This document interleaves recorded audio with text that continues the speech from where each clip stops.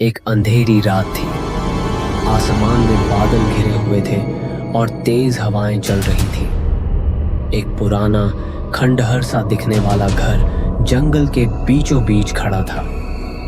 यह घर अपने डरावने अतीत के लिए कुख्यात था। लोग कहते थे कि वहां रात बिताने वाले कभी वापस नहीं लौटे। रोहित, जो एक शौकिया वीडियोग्राफर था, ने अपने दोस्तों के साथ इस घर की सच्चाई जानने का फैसला किया। वह अपने कैमरे और उपकरण लेकर घर पहुंचा। दोस्तों ने दरवाजे के बाहर रुकने का फैसला किया, जबकि रोहित अकेला अंदर जाने की जिद कर बैठा।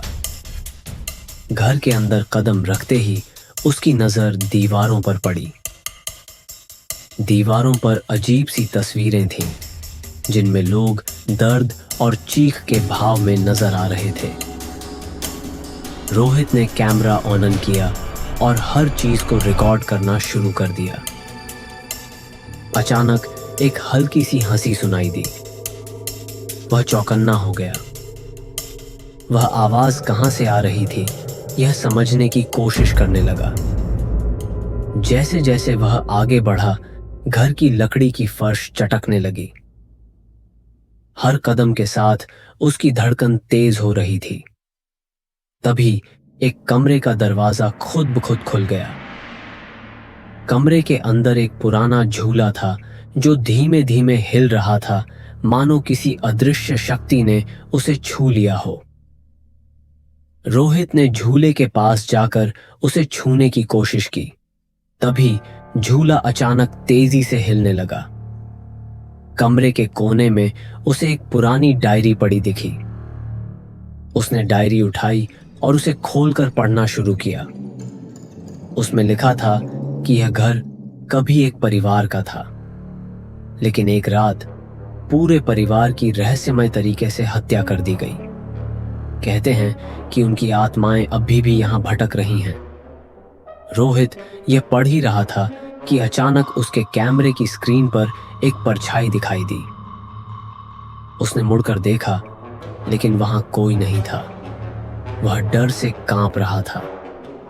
जैसे ही उसने दोबारा डायरी को उठाया, कमरे की लाइट्स फड़फड़ाने लगी और एक जोर की आवाज आई, मानो किसी ने चीख मारी हो। रोहित ने कमरे से बाहर भागने की कोशिश की, लेकिन दरवाजा बंद हो गया।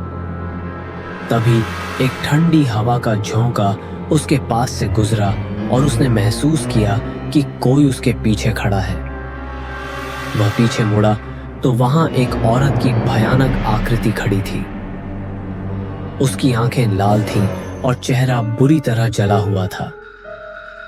रोहित चीख नहीं सका। उसकी आवाज गले में ही अटक गई। अचानक वह आकृति उसकी तरफ झपटी। कैमरा उसके हाथ से गिर गया और स्क्रीन पर सिर्फ झटकेदार तस्वीरें दिखने लगी। दोस्तों ने बाहर से चीखें सुनी और दौड़कर अंदर आए, लेकिन जब वे अंदर पहुंचे तो रोहित कहीं नहीं मिला। घर के कोने में सिर्फ उसका कैमरा पड़ा था, जिसमें आखिरी फुटेज में वही औरत की झलक थी, जो कैमरे के पास आकर जोर से चीखती है और फिर वीडियो खत्म हो जाती है। घटना के कई सालों बाद भी यह घर स्थानीय लोगों के बीच डर और रहस्य का केंद्र बना हुआ है।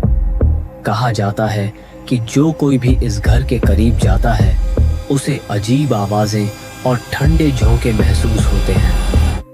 कुछ साहसी लोगों ने इस घर में रात बिताने की कोशिश की है। उनमें से एक ने बताया कि रात के समय उसे लगा कि कोई अदृश्य ताकत उसके बिस्तर के पास खड़ी है।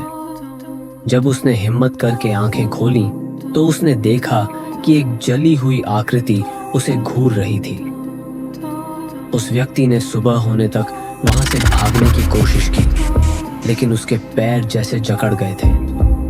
रोहित के दोस्तों ने इस घटना के बारे में कई बार पुलिस को जानकारी दी, लेकिन हर बार पुलिस ने इस जगह को एक साधारण खंडहर कहकर मामले को बंद कर दिया। लेकिन एक दिन पुलिस की एक टीम ने उस घर का दौरा किया।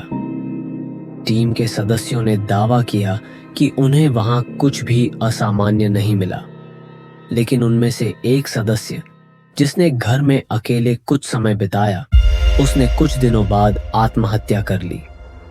इस घर के आसपास के लोग बताते हैं कि हर अमावस्या की रात इस घर से चीखने और रोने की आवाजें आती हैं। कुछ लोग कहते हैं कि अगर आप इस घर के पास रात बिताते हैं तो आप कभी सुबह नहीं देख पाएंगे।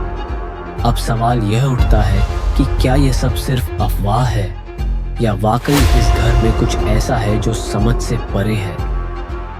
शायद यह घर उन लोगों के लिए एक चेतावनी है जो इसे महज एक कहानी समझते हैं। लेकिन अगर आप कभी इस घर के पास गए तो क्या आप अंदर जाने की हिम्मत करेंगे? अगर आपको यह कहानी पसंद आई हो तो लाइक करें, शेयर करें और सब्सक्राइब करना ना भूलें। अगली बार फिर मिलेंगे एक और डरावनी कहानी के साथ।